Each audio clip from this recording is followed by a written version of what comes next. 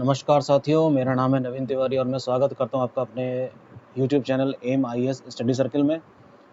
और आज हम एक बहुत ही इंपॉर्टेंट टॉपिक डिस्कस करने वाले हैं जिसका नाम है streams of the Indian national movement. Streams of the Indian national movement मैंने नाम इसलिए रखा है ताकि मैं आपको एक एरियल व्यू दिखा सकूं कि इंडियन नेशनल मूवमेंट, भारत का राष्ट्रीय आंदोलन एक ऊंचाई से देखने पर किस प्रकार से दिखाई पड़ेगा। ठीक उसी प्रकार से जिस प्रकार से नदियाँ बहती हैं और उसमें एक मुख्य धारा होती है और कई सारी सहायक नदियाँ आकर उसमें मिलती रहती हैं। ठीक है, ये रहा वो नक्शा जिसके ज़रिए आप समझ सकते हैं, जिस पे हम आज चर्चा करेंगे कि हमारा इंडियन नेशनल मूवमेंट ऊपर से दिखाई पड़ने में किस प्रकार से दिखाई पड़ रहा था। वो सारे डेवलपमेंट जो अलग-अलग समय में या साथ ही में कई जगह चल रहे थे, वो इवेंचुअली मिल किस में रहे थे?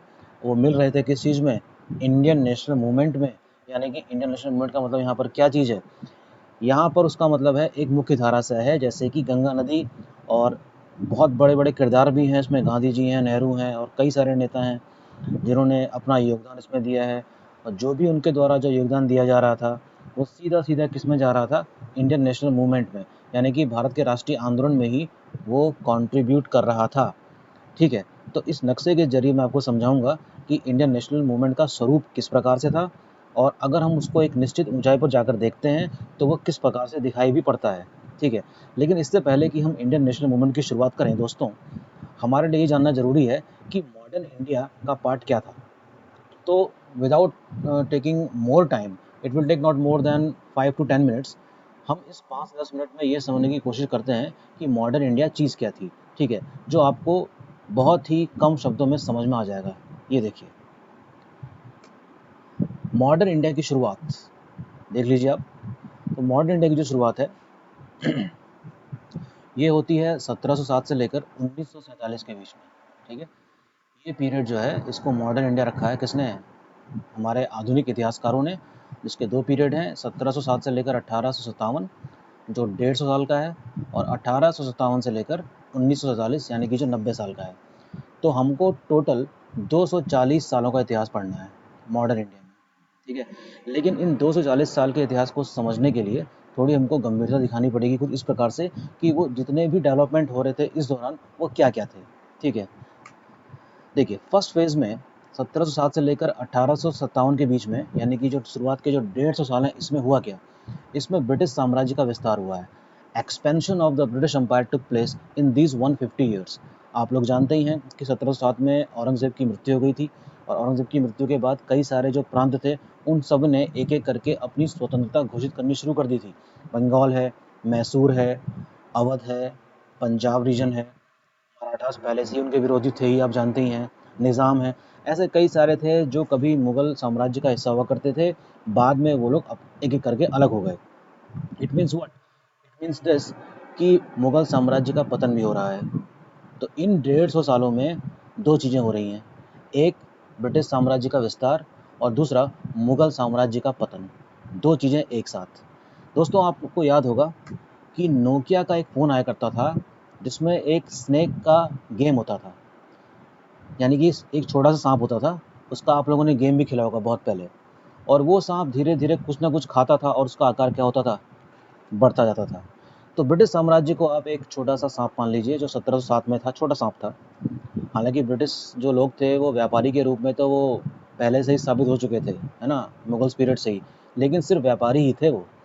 तो वो जो छोटा सांप, ठीक है, अब एक एक करके राज्य को खाएगा और धीरे धीरे उसका आकार क्या हो जाएगा? बड़ा।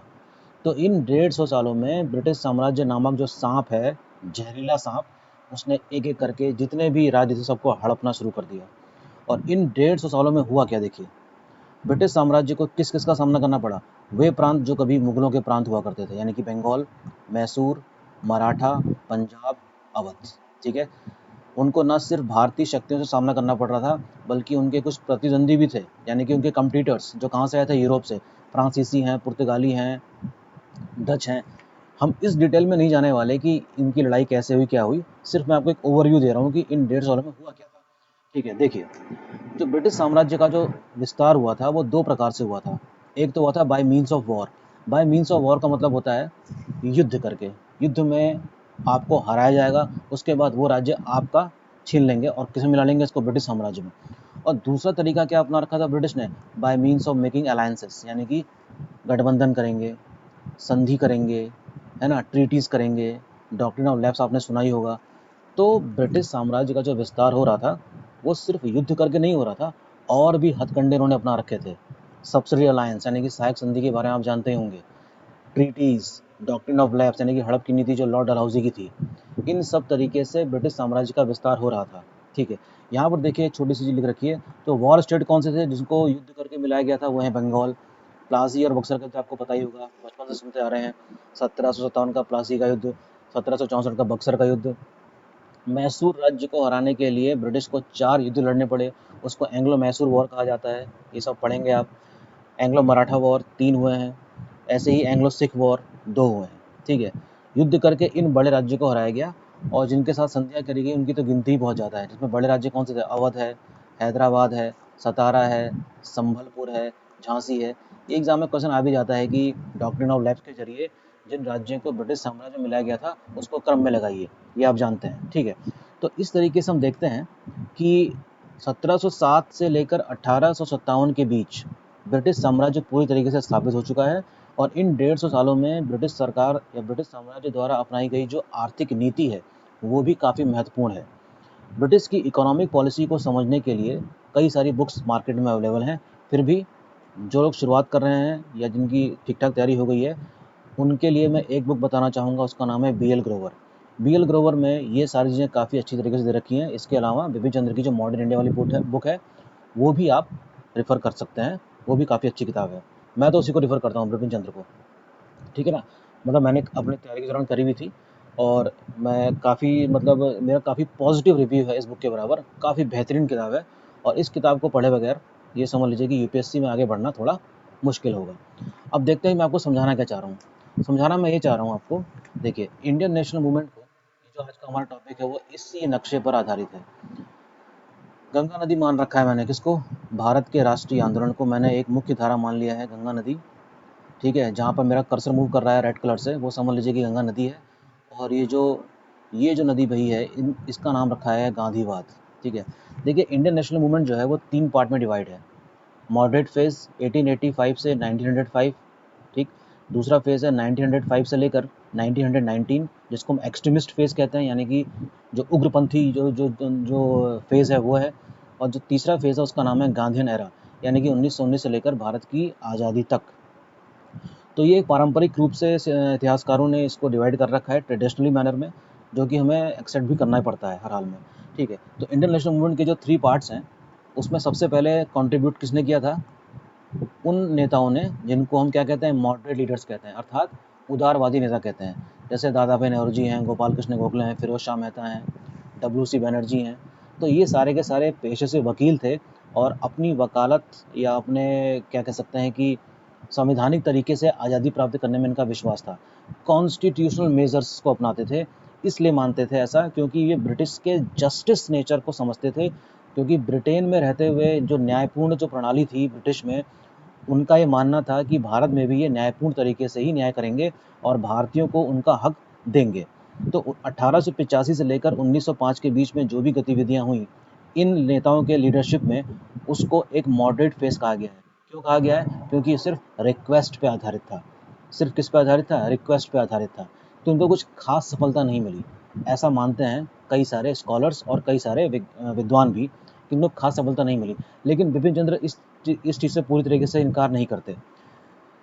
वो कहते हैं कि वही ऐसा है कि इन्होंने कुछ ना कुछ तो योगदान दिया ही था। ठीक है ना, इनका योगदान ये रहा कि लोगों में जागरूकता बढ़ी होगी। 1892 में भारत के लोगों को, या कह सकते हैं कि जो उस सभा में बैठते थे, उनको बजट में बहस करने का अधिकार मिल गया था। तो ऐसी कई सारी चीज़ें थी जिससे कि लोगों के अंदर जागरूकता फैली, और लोग थोड़ा बहुत सजग हुए। और 19वीं शताब्दी की जब शुरुआत हुई, सॉरी 20वीं शताब्दी की, तब भारत के जो लोग काफ़ी जागरूक हो चुके थे, क्योंकि पीछे से कई सारे और भी रिफॉर्म चल रहे थे। तो कलेक्टिव एफर्ट जो इन नेताओं का रहा होगा, उसने लोगों को जगाया ज़रूर होगा, ऐसा नहीं है कि नहीं जगाया। तो जो भी रहा हो, 1905 का जो बंगाल विभाजन था, वो भी आप जानते हैं, उसकी वजह से काफ़ी मतलब आक्रोश में आ गए थे वे नेता, जिनको हम एक्सट्रीमिस्ट नेता कहते हैं, जो उस प्रणाली पर विश्वास नहीं करते थे, जो हमारे जो कौन विश्वास करते थे, जो हमारे मॉडरेट फेस के जो नेता थे, वो लोग लड़ के उस चीज़ को लेना, आज़ादी को प्राप्त करना चाहते थे। तो उसमें जो प्रमुख नेता हैं वो हैं बाल Gangadhar Tilak, Lala Lajpat Rai, so many of them. लेकिन जैसे कि मैं आपको पहले बता चुका हूँ कि इस बारे में हम यहाँ पर डिस्कस करने वाले नहीं हैं। सिर्फ एक ब्रीफ में मैं आपको एक चीज़ समझाने वाला हूँ कि इन सब का जो कंट्रीब्यूशन था, चाहे वो मॉडरेट फेस के नेताओं का हो, चाहे एक्सट्रीमिस्ट फेस के नेताओं का हो, वो सबका सब किस पे कंट्रीब्यूट कर रहा था? भारत के राष्ट्रीय आंदोलन में ही कर रहा था। उनकी whatever activities they have done, उनका जो भी तरीका था, जो भी उनके मापदंड थे, वो जो भी कर रहे थे, वो कंट्रीब्यूट किस में कर रहे थे? इंडियन नेशनल मूवमेंट में। देखिए, भारत से बाहर भी कई सारी गतिविधियां हो रही थी, तो इनका कंट्रीब्यूशन भी अल्टीमेटली किसमें मिल जा रहा होगा? गंगा नदी में, अर्थात किसमें? इंडियन नेशनल मूवमेंट में। ये देखिए, यहाँ पर लिखा है रिवॉल्यूशनरी टेररिज्म। रिवॉल्यूशनरी टेररिज्म की एक्टिविटीज़ आप जानते ही हैं कि ये लोग इंडिविजुअल हेरोइज्म में बिलीव करते थे, यानी कि मारने काटने में इनका विश्वास था, यानी कि ये लड़ के आज़ादी प्राप्त करना चाहते थे और खून बहाने में भी ये पीछे नहीं हटते थे। तो इसमें ऐसे कई सारी एक्टिविटीज़ बंगाल, पंजाब, महाराष्ट्र, उत्तर प्रदेश, इन सब जगहों में हुई। और देखिए यहाँ पर मैंने लिखा है, आपको सब ये रिवीजन हो जाएगा आपका। देखिए, जो महाराष्ट्र है वो सबसे पहले क्रांतिकारी गतिविधि वाला केंद्र था, बाद में बंगाल, पंजाब और उत्तर प्रदेश में भी फैलता है। इसमें कुछ चीज़ें मैंने आपके लिए लिख रखी हैं, जैसे युगांतर नाम की एक बुक है, सॉरी न्यूज़पेपर है। इसने लोगों को काफ़ी क्या किया? जागरूक किया होगा, बंगाल के लोगों को, ठीक है। और जैसे कि काकोरी कांड हुआ था 1925 में, किसके द्वारा हुआ था ये? HRA। HRA आप जानते ही हैं, HRA की स्थापना 1924 में हुई थी। और इसके जो इम्पोर्टेंट नेता थे, ये यही सब लोग हैं जो आप जहाँ पर नाम लिखे हैं। राम प्रसाद बिस्मिल हैं, चंद्रशेखर आज़ाद हैं, सचिन नाथ सन्याल हैं। इन सब की जो एक्टिविटीज़ थी, कभी कभी अंडरग्राउंड होती थी, कभी कभी सामने आती थी। और इन्होंने काकोरी कांड में एक ट्रेन को लूटा था। ये सारी बातें आप जानते हैं, मैं खाली एक ब्रीफ कर रहा हूँ इस बारे में। तो whatever activities they had done, they eventually poured into the Ganga river, that is Indian national movement. उसके बाद HSRA का भी रोल है, ये भी कंट्रीब्यूट कर रहा है। साउंडर्स की हत्या, ये सब आप जानते हैं। सरफरोशी की तमन्ना देखिए, एक ऐसा गीत जिसने बहुत ही आंदोलित कर दिया होगा किसको? उस समय के क्रांतिकारियों को, या उन युवाओं को जो इसमें काफ़ी विश्वास रखते थे, ठीक है ना। तो इस चीज़ से आपको बात समझ में आ रही होगी कि हम कहना क्या चाह रहे हैं दरअसल, ठीक। देखिए, तो ये रिवॉल्यूशनरी टेररिज्म का जो फेज़ है, ये एक्सट्रीमिस्ट फेज़ के साथ साथ चलता है, ठीक है। इसके दो फेज़ हैं, first and second. Second phase में हम देखते हैं कि HSRA की स्थापना और बंगाल में जो हमारे वो हैं कौन, मास्टर दास सूर्यसेन, इनकी एक्टिविटीज़ भी काफ़ी इंपॉर्टेंट है, ठीक है ना। इन्होंने इंडियन रिपब्लिकन आर्मी की स्थापना करी थी 1930 में, पढ़िएगा आप लोग। आपको याद होगा कि मुस्लिम लीग की स्थापना 1906 में हुई थी और ब्रिटिश ने करवाई थी डिवाइड एंड रूल की पॉलिसी को आगे बढ़ाने के लिए। तो कुछ समय तक इस नक्शे में देख सकते हैं कि मुस्लिम लीग पैरेलल बह रही है, किससे? इंडियन नेशनल मूवमेंट के साथ साथ बह रही है। लेकिन 1916 के बाद इनके रास्ते अलग हो जाते हैं और मुस्लिम लीग एक दूसरे रास्ते में चल पड़ती है और उनकी डिमांड फिर धीरे धीरे आगे अलग किस्म की हो जाती है। एक सेपरेटिस्ट ट्रेंड आ जाता है इनके अंदर। और लास्ट में यही मुस्लिम लीग द्विराष्ट्रीय सिद्धांत भी देती है 1940 में, और पाकिस्तान बनाने की मांग रखती है। बहुत इंपॉर्टेंट है, 1906 में स्थापित मुस्लिम लीग ही कारण बनता है किस चीज़ का? भारत और पाकिस्तान के विभाजन का। ये आपको पता होना चाहिए और इसको आप पढ़िएगा भी, ठीक है ना। तो हम देख पा रहे हैं क्या, कई चीज़ें हो रही हैं जो इस गंगा नदी यानी कि इंडियन नेशनल मूवमेंट के इर्द गिर्द घूम रही है। और what ever activities which was going on, वो कंट्रीब्यूट अल्टीमेटली किस में कर रही है? इसमें, देखते रहिएगा। देखिए, 1930-31 की बात है। गांधी इरविन पैक्ट के बारे में आप सभी परिचित होंगे कि किस प्रकार से गांधी जी ने उसमें साइन कर दिए थे और बड़ा ही आक्रोश हुआ पूरे देश में। युवा वर्ग गांधी से खासा नाराज़ था, ठीक है ना। तो सुखदेव, राजगुरु और भगत सिंह की फांसी एक बहुत ही ऐतिहासिक डेट है, 23 मार्च 1931, उनको फांसी दे भी दी गई थी, ठीक है। काफ़ी आक्रोश था गांधी के प्रति और उनके खिलाफ काफ़ी नारेबाजी भी हो रही थी युवाओं में, ठीक है ना। तो ये सब चीज़ें, जो भी एक्टिविटी हो रही है, वो सब इसके में कंट्रीब्यूट हो रही है। इसी प्रकार से हम देखते हैं कि जो प्रिंटिंग प्रेस है, वो भी लोगों को जागरूक कर रहा है, उसका भी काफ़ी इंपॉर्टेंट रोल है, उसका भी अपना इतिहास है। उसके खिलाफ भी कई सारे एक्ट बनाए गए थे। गैगिंग एक्ट आप जानते होंगे 1878 का, जो लॉर्ड लिटन के टाइम पे आया था। बहुत इंपॉर्टेंट है एंड मस्ट रीड, बहुत ही मस्ट रीड वाला टॉपिक है ये, ठीक है ना। तो देखिए, अब हम देखते हैं कि मैंने एक गांधी जी का रोल किस तरीके से आप उसको कंसिडर कर सकते हैं। गांधी एक बहुत बड़ी विशाल नदी है। गांधी को सिर्फ एक राजनेता के रूप में ना देखा जाए, वो उससे भी बड़े हैं व्यक्ति। वो एक समाज सुधारक हैं। सिर्फ राजनीति करना नहीं आता था उनको, उनके समाज के हर पहलू को साथ में लेकर चलते थे। आपको याद होगा कि जब 1915 में वो गांधी साउथ अफ्रीका से वापस आए, तो अपने राजनीतिक गुरु गोपाल कृष्ण गोखले के कहने पर उन्होंने पूरे भारत की यात्रा भी करी। और यात्रा में उन्होंने पाया कि भारत की समस्या ब्रिटिश का शासन नहीं है, ब्रिटिश गवर्नमेंट या British rule is not the actual problem in India, actual problem of India lies somewhere else. Bharat की जो मूल समस्या है वो तो कहीं और छिपी हुई है। वो कहाँ छिपी हुई है? वो छिपी हुई है अस्पृश्यता में, यानी कि अनटचेबिलिटी में, छुआछूत जिसको हम कहते हैं, अंधविश्वास में, महिलाओं की बदतर स्थिति में, गरीब और अमीर के बीच की जो खाई है बहुत ज़्यादा है उसमें। इन ये सारी समस्याएं गांधी जी मान रहे हैं कि असली समस्या है। British was not the real problem. ये समस्या भारत की है, इसी कारण हम दूसरे के द्वारा शासित हो रहे हैं। अगर ये सारी चीज़ें मिट जाएं तो हम पर कोई दूसरा शासन नहीं कर सकता। Fine, that is very important कि how Gandhi became more as a politician, he was a social reformer. ठीक है, तो एक समाज सुधारक की भूमिका में उन्होंने कई सारे काम किए। हरिजन नाम की पत्रिका निकाली, हरिजन शब्द इन्होंने दिया है। सर्वोदय यानी कि सबका उदय होना चाहिए, ट्रुथ और non violence, Hindu Muslim unity, ये कुछ ऐसी चीज़ें हैं जो गांधी को बाकी नेताओं की भीड़ से बिल्कुल अलग कर देती हैं। अब देखिए, गांधी ने जो भी किया, सबसे पहले जब वापस आए अफ्रीका से, तो उन्होंने देखिए तीन तीन आंदोलन किए हैं। चंपारण सत्याग्रह, ये कभी कभी सीक्वेंस लगाने को आता है एग्जाम में, कई बार रिपीट हुआ है इनफैक्ट ये, तो इसको भी याद रख लेगा। चंपारण सत्याग्रह, अहमदाबाद मिल स्ट्राइक और खेड़ा सत्याग्रह, इस पर हम डिस्कस करेंगे बाद में कभी डिटेल में। जलियांवाला बाग कांड, ठीक है ना, जलियांवाला बाग कांड होता है 1919 में अप्रैल में, आप जानते ही हैं। तो गांधी 1919 तक, 1915 से लेकर 1919 तक Gandhi was a cooperator. Cooperator का मतलब क्या होता है कि सरकार का सहयोग कर रहे हैं। तो वो कौन सी परिस्थितियां बनी होंगी कि गांधी कोऑपरेटर से नॉन कोऑपरेटर बन गए भाई? तो ये सारी वही गतिविधियां थी, यानी कि जलियांवाला बाग कांड एक ऐसी झकझोर देने वाली घटना रही होगी जिसने गांधी जी को कोऑपरेटर से नॉन कोऑपरेटर बना दिया। और वही आधार बना होगा किस चीज़ का? नॉन कोऑपरेशन मूवमेंट का, यानी कि असहयोग आंदोलन का। डिटेल में पढ़ाएंगे इसको हमको आपको बाद में, ठीक है। मोपला विद्रोह भी हो रहा था 1921 में केरला में। गांधी के आह्वान पर इस मोपला विद्रोह को भी किस में शामिल कर लिया गया होगा? नॉन कोऑपरेशन मूवमेंट को। जैसे कि नॉन कोऑपरेशन मूवमेंट एक ऑल इंडिया प्रकार का मूवमेंट दिखाई दे, और ये उस समय की मांग थी। खिलाफत आंदोलन उसके साथ साथ चल रहा है, ठीक है। देखिए, गांधी जी ने सिविल डिसओबीडियंस मूवमेंट भी चलाया था 1930 में। डिसओबीडियंस का मतलब होता है आज्ञा ना मानना।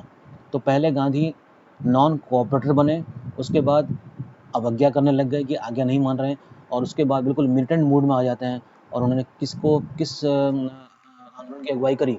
क्विट इंडिया मूवमेंट, यानी कि भारत छोड़ो आंदोलन की। तो हम देखते हैं कि गांधी का स्वरूप, गांधी के काम करने के तरीके, ट्रुथ एंड नॉन वायलेंस, सत्याग्रह, इस प्रकार के तरीके से गांधी ने एक नया संदेश भेजा समाज में और लोगों की भीड़ इकट्ठा कर ली।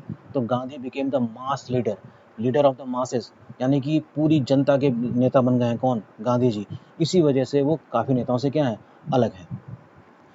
देखिए, फिर गांधी कुछ समय के लिए सक्रिय राजनीति से अलग हो जाते हैं, और उस दौरान हम देखते हैं कि जब नॉन कॉपरेशन मूवमेंट इन्होंने समाप्त कर दिया तो बहुत ही निराशा का माहौल फैल जाता है। लेकिन इस आंदोलन की मशाल जलाने के लिए ज़रूरी है कि आंदोलन को आगे बढ़ाया जाए। तो उस समय अगुवाई की थी किसने? मोतीलाल नेहरू और सी आर दास ने। इन्होंने स्वराज पार्टी की स्थापना करी, और जो भी इनका योगदान था वो सबका सब किसमें मिल रहा था? इंडियन नेशनल मूवमेंट में। और 1928 में एक नेहरू रिपोर्ट तैयार करी गई थी। नेहरू रिपोर्ट तैयार की गई थी क्यों? क्योंकि अंग्रेजों ने चैलेंज किया था, लॉर्ड बर्कनहेड ने, कि अगर भारत के सभी वर्गों को संतुष्ट करने वाला अगर कोई संविधान अगर आप बना सकते हैं तो बनाकर दिखाइए। कांग्रेस ने चैलेंज को एक्सेप्ट किया, और जो रिपोर्ट प्रस्तुत करी गई वो मोतीलाल नेहरू के अध्यक्षता में की गई थी, और इसीलिए उस रिपोर्ट को नेहरू रिपोर्ट कहते हैं। नेहरू रिपोर्ट में ऐसी कई सारी खामियां थी, किसके अनुसार? जवाहरलाल नेहरू के अनुसार और मोहम्मद अली जिन्ना के अनुसार, जिसको एक्सेप्ट नहीं किया गया। ठीक है, बात खत्म हो गई। इसी प्रकार से हम देखते हैं कि सुभाष चंद्र बोस का भी अच्छा खासा रोल है। पहले कांग्रेस के नेता, कांग्रेस के लीडर्स के रूप में रहे। गांधी जी के काफ़ी मतलब अनुयायी थे, काफ़ी बड़े अनुयायी थे। और गांधी जी की अगुवाई में जो नॉन कॉपरेशन मूवमेंट चलाया जा रहा था, उससे बहुत प्रेरणा ली इन्होंने, और अपने आईसीएस की नौकरी छोड़ के इस आंदोलन में कूद पड़े थे, आपको याद होगा। ठीक है दोस्तों, ये देखिए 1930 से लेकर 1940 के बीच में जो भी गतिविधियां हुई, राउंड टेबल कॉन्फ्रेंस हुई, उसके लिए सेकेंड राउंड टेबल कॉन्फ्रेंस में गांधी जी इंग्लैंड में हिस्सा लेने भी गए थे। और वहाँ पर उन्होंने देखा कि राष्ट्रीय आंदोलन को आगे बढ़ाने के लिए एकता की काफ़ी ज़रूरत है, लेकिन ऐसी एकता नहीं इनको दिखाई दी थी, जिसकी वजह से उन्होंने वो राउंड टेबल कॉन्फ्रेंस बीच में छोड़ दी और वापस इंडिया आ गए। और फिर से उन्होंने क्या स्टार्ट करा? Civil disobedience movement. ठीक है, ये आप जानते हैं। इसमें हम पूरा डिटेल में चर्चा करेंगे। देखिए, मेरा जो आज का जो पर्पज़ है इस चीज़ को समझाने का, वो यही है कि ऊपर से देखने में इंडियन नेशनल मूवमेंट आखिर लगता कैसा था। देखिए, उसका रिव्यू कुछ इस तरीके से है, ठीक है? ये नक्शा मैंने बनाया है और इससे आपको काफ़ी समझने में आसानी भी होगी, ठीक है?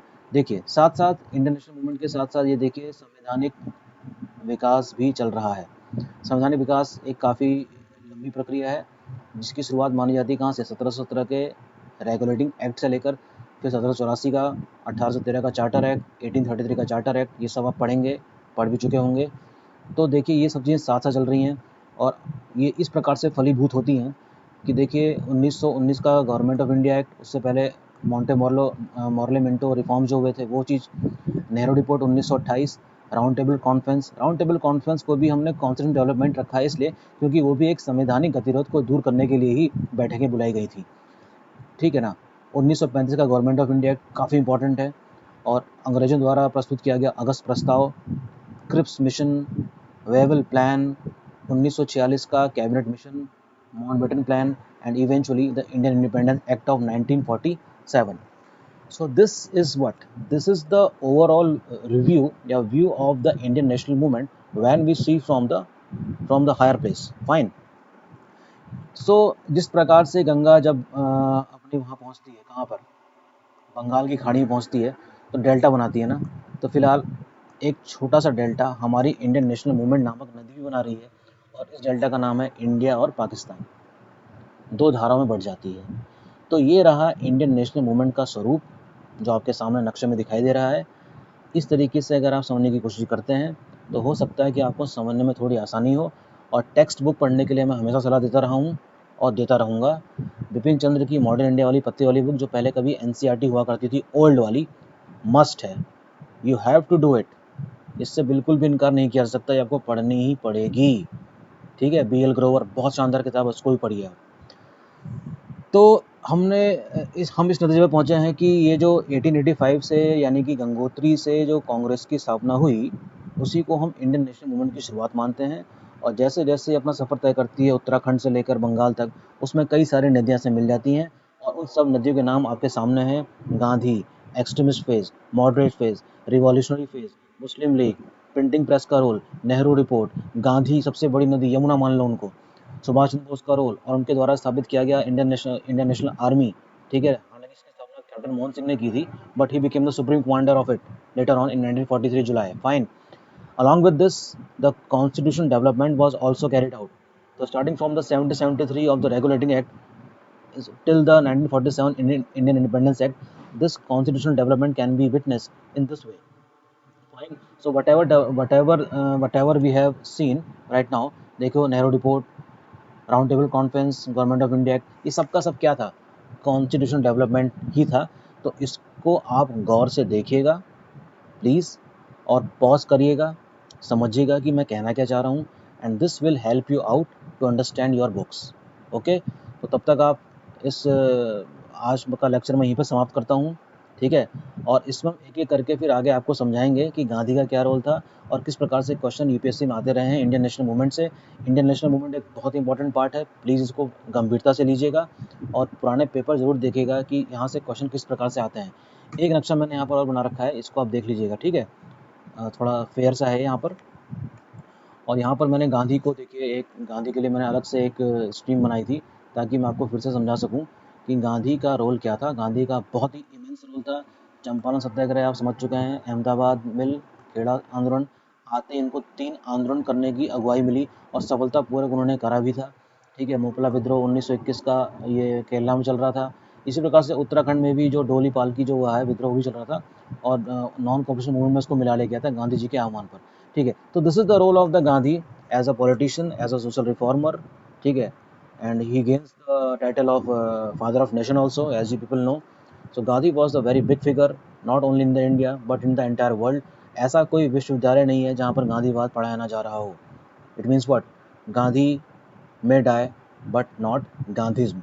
गांधी तो मर सकता है लेकिन गांधीवाद हमेशा जिंदा रहेगा। गांधी जी ने ये बात कब कही थी? 1931 में कही थी, ठीक है? ठीक है, फिर आज का हमारा सेशन यहीं पर समाप्त होता है। ये एक बहुत ही जनरल सा एक ओवरव्यू था, इसको समझने की कोशिश कीजिएगा, बुक से जरूर पढ़िएगा, ठीक है। और अपना ख्याल रखिए, कोरोना पीरियड में जो भी आपको समय मिला है इसका इस्तेमाल कीजिए और जितना भी संभव हो सके पढ़ाई में ध्यान दीजिए और पढ़ाई में समय लगाइए। Thank you, all the best. और मेरे चैनल को सब्सक्राइब भी कर लीजिए जिसने नहीं किया है, और लाइक कमेंट्स भी करते रहिए और बेल आइकन को भी जरूर दबा लीजिएगा, ठीक है। Thank you, take care.